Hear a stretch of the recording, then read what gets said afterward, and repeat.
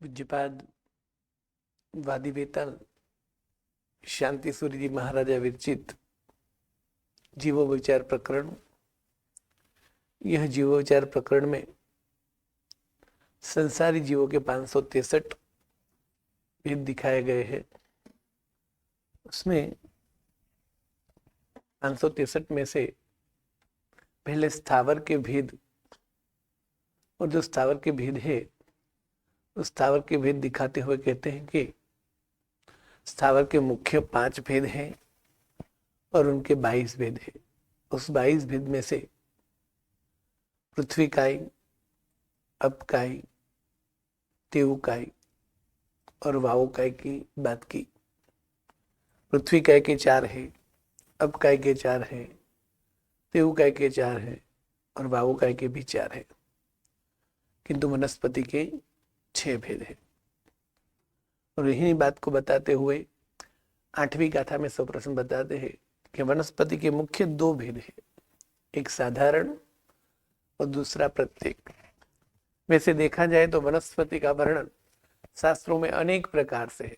जैसे कि वनस्पति को उगाने के लिए यानी कि बोने के लिए सभी वनस्पति को बोए जाते हैं, तो उस बोने के हिसाब से कैसे कैसे वनस्पति उगती है यानी उत्पन्न होती है, उनके विभाग भी उनका 6 विभाग बताया है। कई सारी वनस्पति ऐसी हैं कि इनका बीज बोने से वो वनस्पति होती है, कई सारी वनस्पति ऐसे हैं कि इनकी डाली बोने से होती है। 6 विभाग दिखाए गए। तो इसी तरह वनस्पति का स्वरूप होता है, कोई वनस्पति ऐसी है वगैरह। तो अनेक प्रकार से वनस्पति का वर्णन शास्त्र में दिखाया गया है। क्यों? तो कि पहली बात तो आगे के ग्रंथ में जैसे दंडक में आएगा कि पृथ्वी काय जो है, अप काय जो है, वायु काय जो है, उन चारों का पृथ्वी, अब, तेऊ, वायु, उन चारों का शरीर जो है उनकी आकृति एक समान होती है। जैसे मनुष्य की आकृति फिक्स है, जैसे गाय की आकृति फिक्स है, उसी तरह पृथ्वी, अप, तेऊ और वायुकाय, इन सभी की आकृति फिक्स है, यानी उनका शरीर जो है वो कौन से आकार वाला है वो फिक्स है, और उनका आकार कैसा होता है उनकी बात दंडक में आती है। किंतु वहीं लिखा है कि वनस्पति का आकार, स्वरूप, विविध प्रकार की आकृति है। तो इसी हिसाब से वनस्पति का स्वरूप का वर्णन करते हुए 12 प्रकार भी बताए हैं। बोने के हिसाब से उनके 6 प्रकार भी बताए हैं, और काफी सारे और भी प्रकार से वनस्पति का वर्णन किया गया है। किंतु उसमें मुख्य 2 विभाग बताए हैं कि ये सभी जो वनस्पतियां है यानी वनस्पति के रूप में जो जीव हैं वो मुख्य 2 प्रकार के होते हैं, एक साधारण और दूसरा प्रत्येक। यानी कई सारी वनस्पतियां ऐसी है कि उनके एक शरीर में अनंत जीव होते हैं, तो उन्हें साधारण या अनंतकाय या तो निगोद बोला जाता है। जैसे यहाँ एक उदाहरण दिया है कैरेट का, यानी कि गाजर का। गाजर का जो है एक शरीर जो है उसमें अनंत जीव है। वैसे देखा जाए तो एक गाजर की एक जो कंद है, यानी यहाँ काफी सारे बताए हुए, इसमें से एक भी लो तो वास्तव में वो एक शरीर नहीं है, असंख्य शरीर है। पहले तो असंख्य शरीर मिलाकर इतना बड़ा गाजर या तो कैरेट बना हुआ है, और उनके एक एक शरीर में अनंत अनंत जीव है। यानी साधारण वनस्पति की व्याख्या, डेफिनेशन ये हुई कि एक शरीर में अनंत जीव है, यानी साधारण वनस्पति का एक पार्ट भी खाने में, तोड़ने में, किसी भी यूज में आता है तो वहां अनंत जीवों की विराधना है। जबकि प्रत्येक वनस्पति का बाजू में ही उदाहरण दिया हुआ है जो है पत्ते का। एक पत्ता है, वैसे 4 पत्ते 5 पत्ते दिखाई देते, तो एक पत्ते जो है वो पूरा एक शरीर है, और इस एक पत्ते में एक जीव है। यानी प्रत्येक है। एक शरीर में एक जीव होना वो प्रत्येक कहलाता है। तो यह एक शरीर में एक जीव है, शायद ये पीपल का या तो कोई भी वनस्पति का पत्ता है, और प्रत्येक वनस्पति का एक उदाहरण है। तो एक पत्ते में एक जीव है यानी एक शरीर में एक जीव है, तो ये प्रत्येक है। तो प्रत्येक और साधारण ये दोनों भेद बताए। उसके बाद में कहा कि श्रावक जीवन है, मनुष्य जीवन है, उनमें पृथ्वी अब तेऊ वायु और वनस्पति के उपयोग बिना तो उनका जीवन चलेगा ही नहीं। हमारा जीवन भी इन पांचों की विराधना के बिना तो बिल्कुल नहीं चल सकता। हाँ, उनका दोष न लगे ऐसा जीवन भी है, पर साधु जीवन है। श्रावक जीवन में तो हर रोज इन पांचों की जरूरत पड़ती ही है। किंतु वनस्पति में प्रत्येक वनस्पति से भी जीवन निर्वाह हो सकता है, तो फिर कम से कम विराधना, कम से कम पाप लगे। इसलिए यहाँ साधारण वनस्पति का उदाहरण देते हुए कहा, एक शरीर में अनंत जीव होए तो उनका उपयोग करके अनंत जीवों की विराधना क्यों करना। और उसके बाद में अनंत काय के काफी सारे उदाहरण दिए गए हैं कि ये सब अनंत काय या तो निगोद या तो साधारण रहते हैं। वैसे अनंत काय के लक्षण बताए कि यहाँ तो काफी सारे नाम दिए जाए, किंतु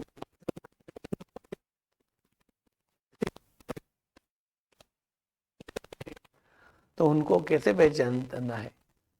तो 12वीं गाथा में कहा, गुढ़ सिर संधिपब्बम सम भंग महिरुगम च छिन्नरुहम साधारण शरीरम तब विवर्यम च पत्ययम। यानी कि साधारण वनस्पति का के लक्षण यानी उसकी निशानियां ये है कि उनके जो 3 विभाग है वो होने के बावजूद भी दिखते नहीं है।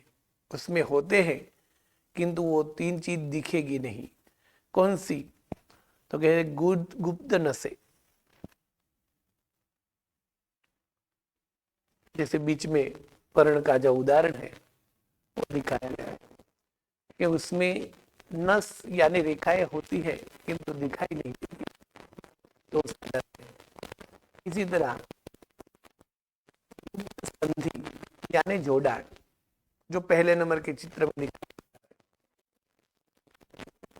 वहां एक के साथ एक जॉइंट है किंतु उसका जोड़ान स्पष्ट दिखाई नहीं देता। और तीसरा गुप्त गांठ है, यानी उसमें गांठ है किंतु दिखाई नहीं देगी।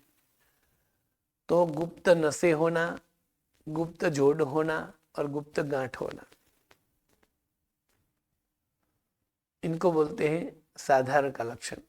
और आगे बढ़ते हुए बताया कि उनका समान भंग होगा, यानी कि उसको टुकड़े करने से, तोड़ने से टक से तुरंत टूट जाएगा। और टूटने के बाद बीच वाला जो दोनों पार्ट है, दोनों भाग है, जहां से ये टूटी हुई है, उस जगह की दोनों भाग को यदि हम स्पर्श करेंगे तो स्मूथ होगा।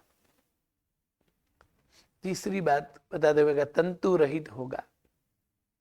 और चौथी बात बताते हुए ये कहा काट कर बोने से भी वो उत्पन्न हो सकता है, यानी कि उनका कोई भी भाग बोए तो भी वनस्पति हो सकती है, तो वो साधारण है।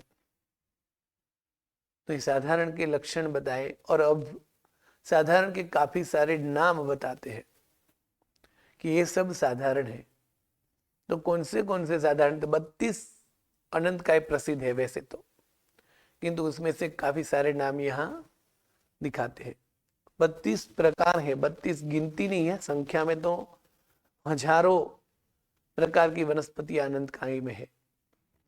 तो उसमें बताया कंदा अंकुर किसलय पणगा सेवाल भूमि फोडाय अल्लयत ये गज्जर मोत्थ वत्थुलाथे ग पल्लंका कोमल फलम च सब्बम गुड सिराइम सिणाई पत्ताइम तोहरी कुआरी गुगुली गलोय पमुआये छिन्न रूहा।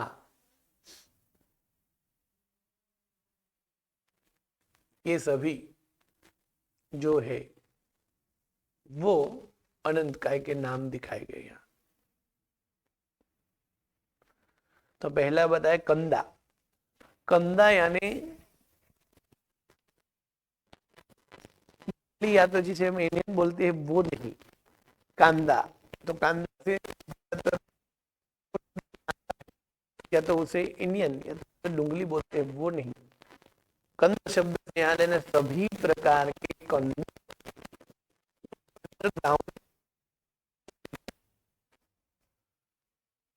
वो चाहे बीट हो, पोटेटो हो, चाहे चाहे हो, वो सभी जो अंदर जो भाग है, पार्ट है, और जिनका खाने में हो रहा है, वो सभी जिसे हम कंदमूल या तो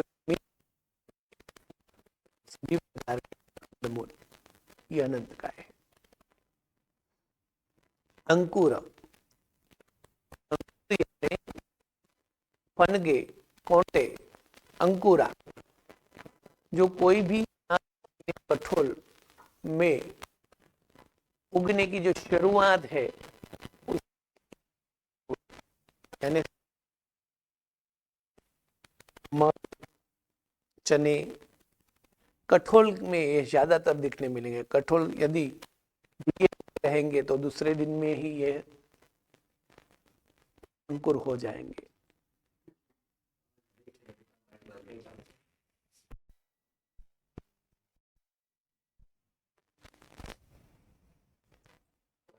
हेलो, पहला जमीन कंद यानी सभी प्रकार के कंद, दूसरा अंकुरे यानी स्प्राउट, यानी कोई भी अनाज, कोई भी कठोल में जो अंकुर फूटते हैं स्प्राउट, अंकुरे या कोंटे बोलते हैं। यह अनंत काय है। यह एक प्रश्न पहले के बाद में हुआ था कि कौन से अनाज है, या तो जो है, बाजरी जो है, जुआर जो है वो सब अचित नहीं है। तो क्या वैसे देखा जाए तो सामान्य से व्याख्या ये है कि कोई भी हरी वनस्पति जो है वो सचित है, सूखा हुआ सब अचित है। किंतु सूखे हुए तमाम प्रकार के धान्य जैसे गेहूं, जैसे बाजरी, जैसे जुआर, कठोल यानी मटर, चने, सभी प्रकार के, काफी सारे प्रकार के कठोल वगैरह है, सभी प्रकार के अनाज सूखे होते हैं, बात सही है। इसमें किसी को कठोल के नाम से जाना जाता है, किसी को अन्न के नाम के जाना जाता है। वैसे गेहूं भी अनाज ही है और मग भी अनाज ही है, किंतु मग, चने वगैरह को कठोल बोले जाएंगे, उनको अनाज बोले जाएंगे। कठोल माने जिनका दो भाग हो सकता है, जिनकी डाल हो सकती है।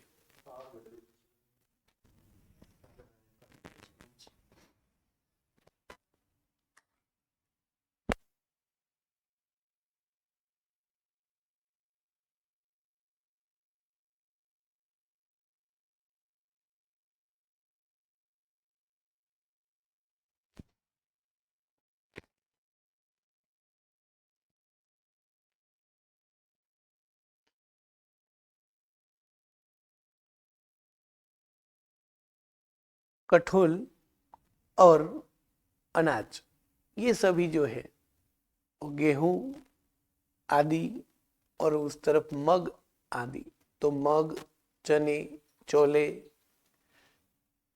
मटर, ये सभी जो है उनको कठोल बोला जाते हैं, तो द्विदल बोला जाता है। जिनके दो पार्ट समान हो सकते हैं उनको द्विदल बोला जाता है, इसे ही हम कठोल कहते हैं। और बाकी के जो दाने हैं उन्हें हम अनाज यानी गेहूं, बाजरी, जुआर, चावल आदि सभी को बोलते हैं।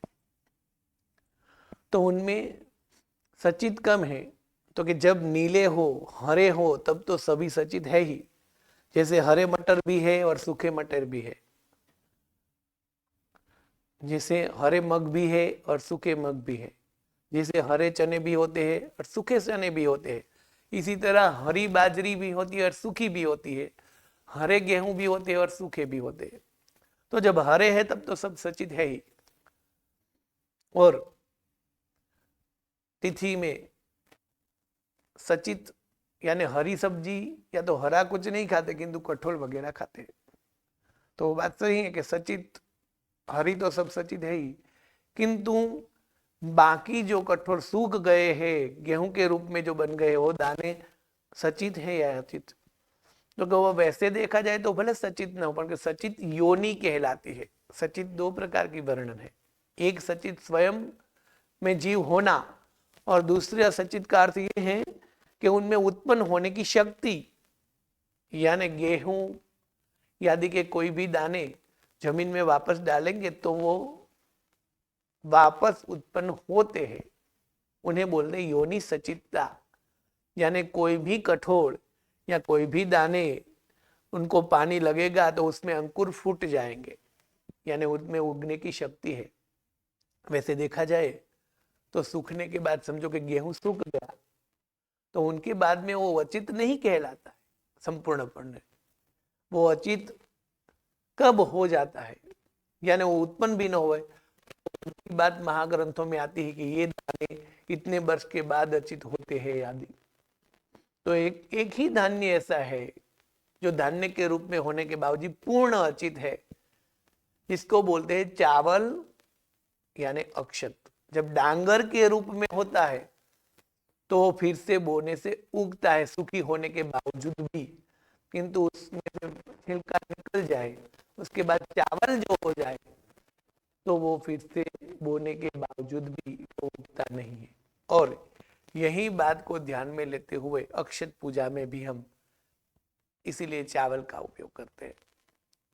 तो बाकी के जो अनाज है वो सूखे होने के बावजूद भी, यानी सभी कठोल या तो सभी दाने सूखे होने के बावजूद भी हम कच्चे यानी के बिना बाफे या तो बिना उसके लोट बनाए हुए नहीं खा सकते, क्योंकि वो सचित योनि सचित है। तो वो कब अचित हो सकते हैं, तो कि दो प्रकार है, या तो उनको मिक्सी में पीस लो या तो उसको अग्नि में पका लो। तो हम सब ये कटहल जो है सभी प्रकार के कटहल आमिल में खाते हैं किंतु कच्चे नहीं खाते हैं, उनको पकाने के बाद ही खाते हैं। सभी प्रकार की दालें जो है वो अचित है, दाल होने के बाद अचित है। इसी प्रकार गेहूं के भी टुकड़े होने के बाद या तो उनके आटा होने के बाद अचित हो जाता है, किंतु पूरा गेहूं जो उसे अचित नहीं माना जा सकता, वो सचित योनि है। एक चावल ही ऐसा है।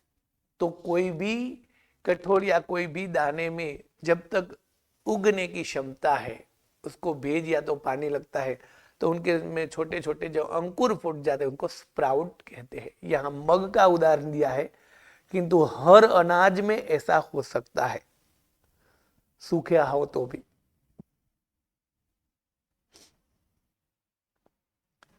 दूसरी बात, जमीन कंद, अंकुर, कंदा अंकुर और किसलय यानी कुंपल यानी कोमल पत्ते। यहां वनस्पति जो स्टार्टिंग है उसमें 2 पेज यानी बहुत कोमल होते हैं, उन 2 पेज का उदाहरण दिया हुआ कि ये कोमल पत्ते जो है वो अनंतकाय है। और वैसे देखा जाए तो सभी वनस्पतियां जब उत्पन्न होती है तब अनंतकाय ही होती है। तो एकदम कोमल अवस्था के पत्ते वो अनंतकाय है, यानी जिसको कुंपल बोला जाता है। कंदा अंकुर किसलय। पणगा, पणगा मतलब 5 वर्ण की फूग यानी फंगस में से 5 वर्ण की फंगस है ऐसा नहीं है। फंगस कहीं भी भेज वाला वातावरण होता है वहां उत्पन्न हो सकती है, और जिसमें पानी का अंश रह जाता है वहां वो फंगस हो सकती है। यानी वो 5 वर्ण की, कॉफी वर्ण की या तो मरून वर्ण की या तो फिर ऑरेंज वर्ण की भी हो सकती है, किंतु मुख्य 5 वर्ण है, इसलिए ऐसा बताया कि पंचवर्णी फूग यानी सभी प्रकार की फंगस। ये फंगस जो है वो अनंत काय है।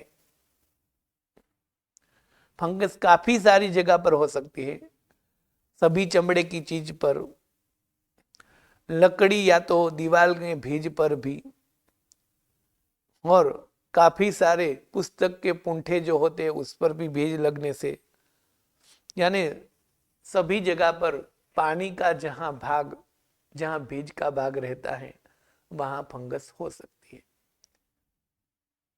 और में 5 कलर की फंगस यानी पंचवर्णी फूग यानी 5 रंग की फूग काले रंग की ज्यादातर रोटी, ब्रेड, पाव आदि में होती है। सफेद वर्णन की ज्यादातर जो रसीले फ्रूट है उन फ्रूट के बीच में पानी का भाग है तो उस फ्रूट की पूरी टोकरी में या फ्रूट के बॉक्स में हो जाती है। और सफेद कलर की फंगस, हरी कलर की फंगस काफी सारी जगह पर होती है। पीले कलर की फंगस ज्यादातर झाड़ के छाल में या तो कच्ची मिठाई में भी हो सकती है। लाल वर्ण की फंगस झाड़ के थड़ पे या तो कहीं भी हो सकती है। ये सब फंगस के उदाहरण दिखाए कि इतनी इतनी रंग की होती है। और पंचवर्ण का मतलब है सभी वर्ण की हो सकती है, यानी सभी प्रकार की फंगस वो अनंतकाय है। फूग, कंदा, अंकुर, किसलय, पणगा, सेवाल। सेवाल जो है वहां काफी सारे लंबे अरसे यानी लंबे टाइम तक जहां पानी जमा रहता है, यानी वो पानी हिलता नहीं है, बहता हुआ पानी नहीं है, तो वहां जहां पानी जमा हो जाता है वहां धीरे धीरे धीरे जिसे हम लील बोलते हैं, वो लील, सेवाल, वो जो है वो भी अनंत काय है। यानी तालाब में कहीं भी हो सकती है। ज्यादातर हमारे जो घर है उस घर में भी बाथरूम की मोरी में यानी बाथरूम का जो पानी जहां जमा होता है वहां, इसी तरह गटर के आसपास, इसी तरह जो वासन यानी बर्तन मांजने की जो चौकड़ी आदि होती है उसमें भी जहां पानी जमा होता है वहां चिकनी हरे रंग की जो वनस्पति होती है जिसे हम सेवाल, लील बोलते हैं, वो भी अनंत काय है, जिसे स्पाइरोगेरा बोलते हैं वो। और बड़े बड़े तालाब में, झील में काफी सारे पड़ में जमा होती है और काफी सारी लंबाई तक भी ये हो सकती है। ये सबको लील, सेवाल, स्पाइरोगेरा ये भी जो है वो अनंत काय है। कंदा, अंकुर, किसलय, पणगा, सेवाल, भूमि फोडाय। भूमि फोडा यानी मशरूम, जिसको फुरफुर मुत्त या तो बिलाડીનો टोप गुजराती में कहवाय है। छत्री आकार का जो वनस्पति है यानी छाते आकार की, जो छत्र के आकार की में होते हैं, ये दोनों प्रकार में जो रहते हैं दोनों प्रकार के उदाहरण दिए। ये अनंत काय है जिसको बिलाड़ी का टोप, मशरूम या तो फुरफुर मुत्त बोला जाता है, जिसका उपयोग भी खाने में काफी सारी जातियां करती है। इस वनस्पति में काफी सारी वनस्पतियां यानी कि काफी सारे मशरूम जहरीले भी हो सकते हैं और जहरीले जो नहीं है उनका उपयोग जो करते हैं वो वनस्पति भी मादक यानी नशा, उन्मत्त यानी एक प्रकार के जैसे बोला जाए शराब से कारण नशा होता है, इसी तरह ये वनस्पति भी काफी सारे प्रोटीन बोले तो प्रोटीन या तो मादकता जिसे बोलते हैं, मादकता से भरपूर होती हैं। इसलिए ये खाने से जीव में एक मादकता यानी विकार पैदा होता है। और ये वनस्पति बारिश के मौसम में अचानक से सभी जगह पर दिखाई देती है। कंदा, अंकुर, किसलय, पणगा, सेवाल, भूमि फोडाय, अल्लय, अल्लय, तिय, गज्जर, अल्लयतीय मतलब 3 प्रकार के हरे। हरे मतलब नीले रंग नहीं, है हरा का मतलब यहां होता है सचित, यानी नीली अवस्था में होना। वैसे देखो दाडम का जो फ्रूट है, वो दाडम का फ्रूट हरा नहीं है, रेड कलर का ही है। इसी तरह देखा जाए तो पपैया का जो फ्रूट है वो ग्रीन है, हाँ? अंदर से ऑरेंज भी है। इसी तरह ऑरेंज जो फ्रूट है वो तो ऑरेंज रंग का है। इसी तरह आम का जो फ्रूट है वो तो पीले रंग का है। तो यहाँ हरा का मतलब है कौन सा? नीला होना, यानी गीले होना, यानी रस वाले होना। तब तो नीले तृण, नीले तृण मतलब ग्रीन रंग के नहीं, हरे होना।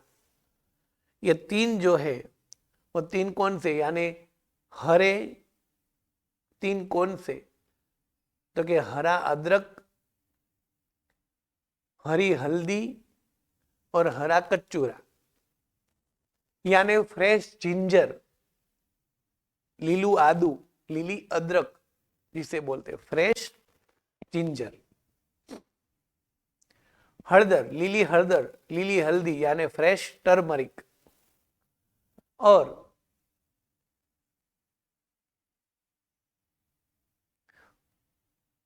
फ्रेश करक्यूमा यानी लीलो कचूरो, यानी लीला कचूरा। ये 3 जो है, ये 3 वैसे कंद में आ जाते हैं, किंतु ये 3 जो है वो भी जमीन में ही होते हैं, जमीन कंद में ही होते हैं। किंतु ये जो है वो 3 प्रकार के, ये सूख जाने के बाद इसको अनंत काय के रूप में नहीं माना है। वैसे देखा जाए तो सभी प्रकार के अनंत काय, यानी उसे आलू बोलो या तो कोई भी अनंत काय, गाजर है, मूली है, आलू है, पत्ते है, सभी को सूखने के बाद उसमें जीव नहीं है, वो बात सही है। किंतु ये 3 जो है वो सूखे खाने की अनुमति है, हरे नहीं। हरे जब होते हैं तब उसमें अनंत जीव है। वो कौन से 3? तो फ्रेश जिंजर यानी लीली अदरक, यानी लीला आदू मतलब आदू, फ्रेश टर्मरिक, लीली हळदर, लीली हल्दी, फ्रेश करक्यूमा यानी कचूरा। ये तीनों का स्वरूप और तीनों का चित्र दिखाया गया है। अदरक को सुखाने के बाद में हम जो पाउडर खाते हैं उसको बोलते हैं सूंठ, और सूंठ को ड्राई जिंजर बोल सकते हैं। तो सूंठ खाने की सूंठ है, आदू नहीं, आदू लीला होता है। यही आदू सूख जाने के बाद, अदरक सूख जाने के बाद उसे सूंठ बोलते हैं। तो सूंठ की छूट है, अदरक की नहीं। हल्दी, ये हल्दी सूखने के बाद उसका पाउडर जो होता है पीले रंग का जो होता है, हमारे रसोड़े में हर रोज उपयोग में होता है, उसे बोलते हैं टर्मरिक। काफी सारी स्किन प्रॉब्लम में भी ये वनस्पति उपयोग में होती है। तो ये दोनों सूंठ और हल्दी हमारे रसोई में हर रोज उपयोग में होने वाला एक मसाला है। इसी तरह करक्यूमा यानी कचूरा भी, यानी लीला कचूरा, फ्रेश कचूरा भी, करक्यूमा भी एक ऐसे ही वनस्पति है, एक ऐसा ही मसाला है जो हर रोज रसोई में उपयोग में आने वाला है। गुजरात और राजस्थान में नहीं, किंतु बंगाल में इनका ज्यादा उपयोग होता है। जैसे यहाँ हल्दी और सूंठ का उपयोग होता है, इसी तरह बंगाल में इनका उपयोग होता है, कचूरा का। तीनों वैसे पहली नजर में देखे तो समान ही है, किंतु पहला चित्र है वो अदरक का है, दूसरा जो है हल्दी का है, तीसरा जो है वो करक्यूमा का है, यानी कचूरा का है।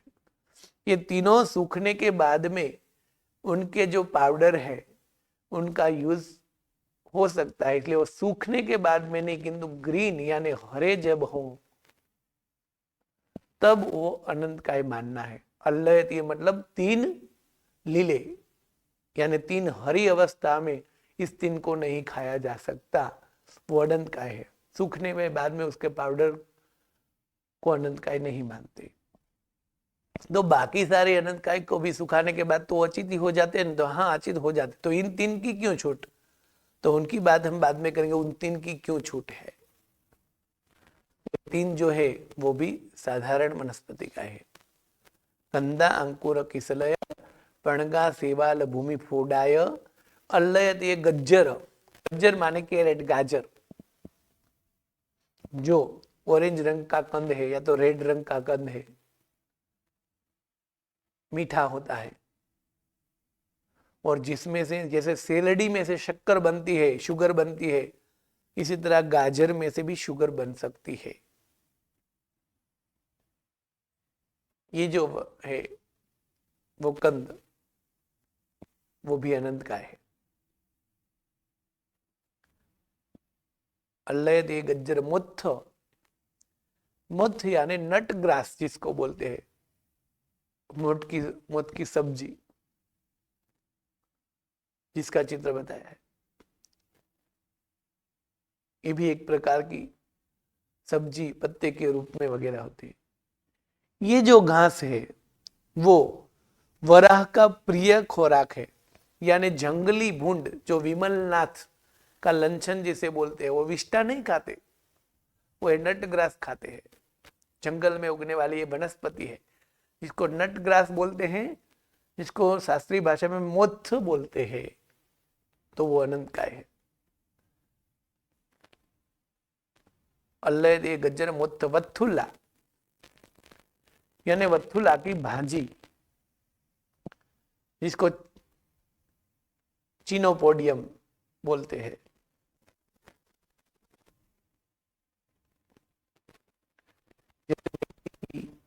तांजलदे की भाजी का प्रकार इसी तरह पत्ते वाली भाजी होती है। तो इस भाजी को कैसे पहचान के? तो उनकी पत्ते में सीरो रेखा नहीं दिखाई देती, ये जो है वो भी अनंत का है। अल्लय दे गज्जर मुथ वत्थुल्ला, थेग, थेग माने गोपीकंद। वैसे शास्त्र के थेग के काफी सारे अर्थ बताए हैं। थेग यानी मोगरी भी कहा है, थेग यानी अनंत मूल भी कहा है, थेग यानी गोपीकंद भी कहा है। थेग को गोपीकंद या तो अनंत मूल या तो मोगरी भी कहते हैं। वैसे थेग का 2 अर्थ है, एक गोपीकंद यानी अनंत मूल, और दूसरा कहा है मोगरी। ये अनंत मूल यानी गोपीकंद का चित्र रखा है, जो जमीन में छोटे छोटे काले रंग के होते हैं, और उसको तोड़ने से उसमें से सफेद रंग का मावा निकला, सिंघोड़ा की तरह। सिंघोड़ा नहीं, हाँ सिंघोड़ा अलग चीज है, किंतु ये छोटे छोटे।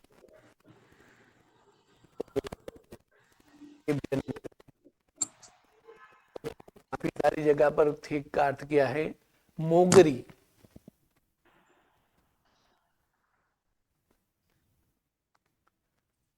अल्लय दे गज्जर मोत्त वत्थुला थेग, पल्लंका, पल्लंका यानी पालको भाजी, पालको भाजी जो एक प्रकार की भाजी है, जो चातुर्मास में ज्यादातर उगती है, जिसको स्पीनेच बोलते हैं, स्पीनेच बोलते हैं वो। वैसे देखा जाए तो यहाँ पालको को पालक की भाजी के रूप में दिखाया गया है। ये बड़े बड़े पत्ते वाली, तो ये बड़े बड़े पत्ते में तो उनकी रेखा स्पष्ट दिखती है, और पालक के जो बड़े बड़े पेज होते हैं, जो गुजरात में सब जगह पर मिलते हैं, उनमें भी ये रेखाएं वगैरह तो दिखती है, उनमें नस वगैरह भी दिखती है बड़े पत्ते में। तो ये पालक यानी पालको भाजी यानी स्पिनेच जिसे बोलते हैं, वो अनंत काय है। कंदा अंकुर किसलय पणगा सेवाल भूमि फोडाय अल्लय ते गज्जर मोत्तवत्तुला थेग पल्लंका। कोमल फलम, सभी प्रकार के कोमल फल। काफी सारे वृक्ष में बोर से भी छोटे छोटे फल होते हैं, जिसमें में से यहाँ कोई नाम से उदाहरण दिया, सभी प्रकार के कोमल यानी कूने फल। तो वो कौन से फल, उसका नाम नहीं दिया है, क्योंकि ऐसे जैसे बोर है, बोर को नहीं है अनंत का यहाँ, किंतु काफी सारी वनस्पति में, जंगल में वगैरह में देखा जाए तो इतने छोटे छोटे बोर से भी काफी काफी छोटे छोटे फल होते हैं, जिसमें बिल्कुल केला को छोड़ के, जिसमें बिल्कुल बीज नहीं होते हैं, ऐसे कोमल फल, वो सब अनंत का है। केला नहीं है, आप बोलेंगे केले में भी बीज नहीं होता, केला को छोड़ के बोल रहे हैं, केला को छोड़ के, द्राक्ष को छोड़ के, जिसमें बीज नहीं है, ऐसे कोमल फल, वो अनंत काय है, जिसमें बिल्कुल कठिन भाग होता नहीं है। और सभी प्रकार के प्रत्येक फल है, यानी जैसे आम, वो सब भी जब स्टार्टिंग पॉइंट में आम पे लगते हैं, तब वो भी स्टार्टिंग में अनंत काय कहलाते हैं, बाद में वो प्रत्येक होते हैं। यानी सभी प्रकार के कोमल फल वो अनंत काय है। कोमल फलम च सब्बम, यानी सभी प्रकार के कोमल फल। आगे की बात हम सोमवार के पाठ में करेंगे। हाँ बोलिए, प्रश्न विद्याबेन। जी प्रणाम पंडित जी। जो आपने पनगा का बोला था ना, फंगस 5 कलर के हैं, उसमें हरा रंग का भी है, और सेवाल में भी चित्र में हरा ही था फंगस। तो दोनों में सिमिलैरिटी है कि अंतर है? ना, दोनों में फर्क है। फर्क ये है कि वैसे देखा जाए तो फूग का स्वरूप हरी फूग जो है उसका स्वरूप, देखिए, यदि मिठाई में हरे रंग का, वैसे देखा जाए तो मोहनथाल या तो बर्फी में हरे रंग की फूग होती है ना, तो वो जो है वो भी अनंत का है। और पानी जहां जमा होता है, वहां एक बड़ी सी वनस्पति के रूप में तौर पे जो होती है, वो लील जिसे बोलते हैं वो। तो जब हम बर्फी, जैसे बर्फी की मिठाई है या तो पेड़ा है, उसको तोड़ोगे, कच्चे मावे का होगा तो वो लाल रंग का नहीं होगा, ऐसा पेड़ा या तो ऐसी बर्फी या तो ऐसी कोई भी मिठाई जो है, हाँ, वो 2-3 दिन होने के बाद उसमें कुछ होगा और आप उसको बीच में से तोड़ोगे तो उसमें जो हरे रंग की होगी उसे हम क्या बोलते, फूग हो गई। वहां हम ये नहीं बोलेंगे लील हो गई। अब मिठाई में कुछ भी लगता है ना, जी जी तो जी। आप लील नहीं हाँ हाँ। बोलते हैं और फूग बोलते हैं। क्यों? तो उसको वैसे छूना नहीं चाहिए, किंतु छुएगे तो इस और उसकी चिकाश में फर्क है, यानी दोनों वनस्पति अलग है दिखने के जी बाद वो। और मिठाई वगैरह में, चमड़े की चीज वगैरह में होने वाली चीज को फूग बोलते हैं। वहां बाहर के ग्राउंड में या तो जहां पानी जमा होता है उसको लील बोलते हैं। वैसे देखो, दीवार पे फूग भी हो सकती है, और दीवार के जहां ज्यादातर पानी आता है तो वहां लील भी हो, दीवार में दोनों हो सकता है, फूग भी और लील भी। किंतु मिठाई में जो होगा वो फूग बोला गया, और लील नहीं बोली जाती हरे रंग जी के होने जी। के बावजूद। हाँ, एक और प्रश्न है। हम्म जैसा आपने ये बथुए की भाजी बताई ना, हम्म। तो उसको पहचानने के लिए आपने क्या बताया था? मतलब बथुए की भाजी को कैसे पहचानेंगे? मथुरा की भाजी जो है, जिसको वैसे वो प्रसिद्ध है, उसका नाम चिनोपोडियम से, या तो बथुला की भाजी बोलेंगे तो वो मतलब उनके पत्ते जो है, उसके पत्ते में शायद शिरो रेखा नहीं दिखेगी। नसे, सिरो रेखा हाँ यानी? हाँ, मतलब ओके। नसें नहीं दिखे, अच्छा। कंसल जी जी। वेंट्स, यानी कि उनकी जो रेखाएं है वो नहीं दिखेगी। ओके, धन्यवाद गुरुजी। जी। अब बाकी के जो भी प्रश्न है, मतलब 1 से लेकर 10 गाथा तक, यानी पुस्तक के हिसाब से देखें तो 30 पेज तक आप सभी को इस पुस्तक जो आपको भेजा उनको 1 से 35 पेज तक पढ़ के आना है। और सोमवार के पाठ में जो भी प्रश्न है वो पहले प्रश्न लेंगे और बाद में आगे का पाठ लेंगे। प्रणाम, नमो नमो। हाँ, अभी 2 मिनट में आप सब प्रश्न पूछ सकते हैं, एक के बाद एक, 1 बाय 1। हाँ बोलिए, नाम है देवनाबेन, प्रश्न। हाँ, प्रणाम गुरुजी। जैसे अभी बहुत ही फेमस है ड्रैगन फ्रूट वगैरह, लेकिन काफी लोग बोल रहे हैं कि वो तो अनंत काय है। हाँ, इसमें नाम नहीं दिए वैसे अनंत काय कौन कौन से हैं, तो वो भी इस पाठ के बाद में बताएंगे कौन से अनंत काय है। ऐसे भी अनंत काय है, ये तो सिर्फ 15-20 ही नाम दिए है ना। हाँ जी, हाँ। लेकिन ऐसे बीच बीच में जैसे कोई विदेश से भी काफी सारे फ्रूट्स आते हैं, लोग जो हम अनजान होते हो और काफी पॉपुलर भी हो जाते हैं यहाँ पे। हम्म। लेकिन फिर बाद में पता चलता है कि वो ड्रैगन फ्रूट वगैरह जो भी है वो तो अनंत काय है। जैसे हाँ। वो कोको पाउडर है, वो तो काफी अभक्ष है, उसके यानी बनावट में 8 दिन तक तो उसमें निगुत के जीव भी उत्पन्न हो जाते हैं। हम्म। हाँ, तो इसीलिए बोले थे कि जैसे अनजान फ्रूट, हमारे यहाँ नियम में बोलते हैं ना, अजाना फल नहीं हाँ खाओ। तो अनजान फ्रूट हाँ। वैसे नहीं खाना चाहिए, पूरी जानकारी उसकी लेनी चाहिए। जी जी जरूर। वैसे देखो, हम बोलेंगे ड्रैगन फ्रूट तो इतना पॉपुलर हो गया, उनके बाद हमें पता चला कि क्या बोलते हैं वो अनंत का है। तो पॉपुलर तो पोटैटो भी हो गया है। हाँ, लेकिन ये तो हाँ। विदेशी फ्रूट है ना ड्रैगन हाँ। फ्रूट, और यहाँ पे आते हो फिर सब बोलते कि चलो जैसे आयरन की कमी है तो वो ज्यादा खाना चाहिए, और काफी समुदाय में तो महाराज सब की हो रहे भी हैं, लेकिन फिर हम्म। मैंने मना किया कि ऐसे नहीं करना है। लेकिन ब- उनको सबको सबूत चाहिए कि क्यों नहीं हो रहा थे, फिर मैंने बोला कि अनंत काय है वो भी। हाँ, अनंत का है, सही बात और है। हाँ, और कोको पाउडर की काफी सारी चीज भी महाराज सबको हो रहे हैं, और उसमें बनावट में भी काफी यानी निगोद के जीव बेइंद्रिय जीव उत्पन्न होते हैं।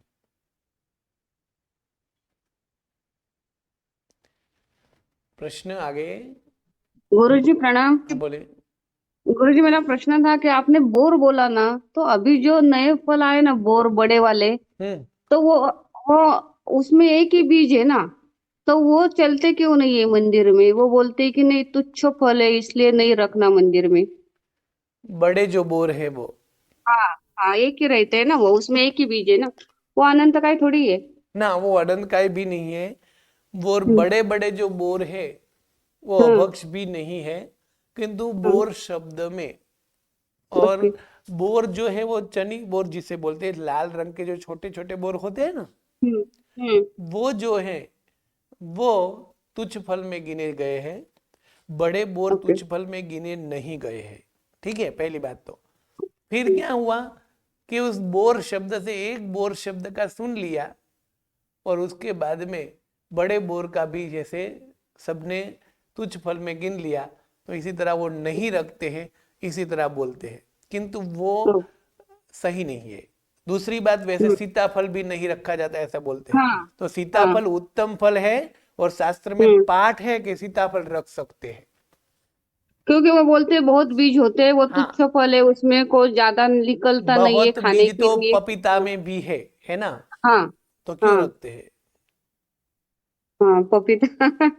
है ना, पपीता में बहुत बराबर। बीज पपीता हाँ, में है, किंतु रखते हैं। क्योंकि कल परसों ही हम नहीं, कल परसों ही हमने मंदिर में बोर रखा ना, तो वो बोर नहीं चलता, तुच्छ फल है। अरे ऐसा थोड़े। हाँ, એટલે फिर मतलब जाने वही दो। बात मैं कहता हाँ। हूँ कि बोर शब्द, यानी बोर शब्द वहाँ शास्त्र में या तो पुस्तक में बोर शब्द जो तुच्छ फल है वो हम्म हरे लाल रंग के बोर के लिए यूज किया गया था। जैसे ओके, लेकिन सीताफल उस के यादी में बहु बीज, कितने सारे बीज हो, वैसे बैंगन या तो काफी सारे हम्म उदाहरण दिए गए थे, हम्म तो उसमें सीताफल हम्म, भी आ गया। तो हाँ, ये ओके। ऐसा भी कह सकते हैं कि अज्ञानता का भी हम्म परिणाम है, या तो हम्म बहुप्रचार का भी परिणाम है, ऐसा बोल सकते हैं। हाँ, परंतु हम हम्म ये जब तक समझो कि वो समझे तो ठीक है, न समझे तो हम्म, हम बोर न रखे तो भी हम हाँ। कुछ, हमारा बिगड़ नहीं जाए। बोर की जगह पर हम बादाम रख सकते हैं, नहीं किंतु नहीं, मैं वापस ये ले लिया बोर फिर। अभक्ष हाँ, नहीं है।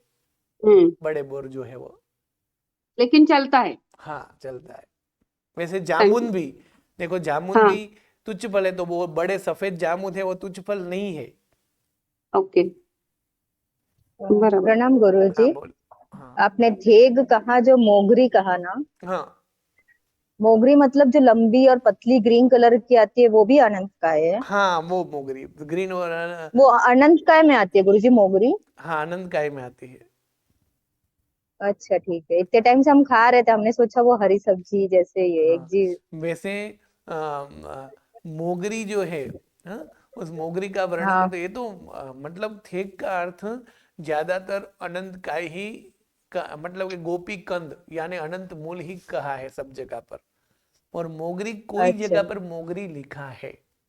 उस मोगरी तो दो प्रकार की आती है, एक है लाल भी आती है, जामुनी रंग ग्रीन की, आती है। यानी बैंगनी रंग की जो होती है वो, और दूसरी है हाँ, लाल और वो हरे आती रंग है। की।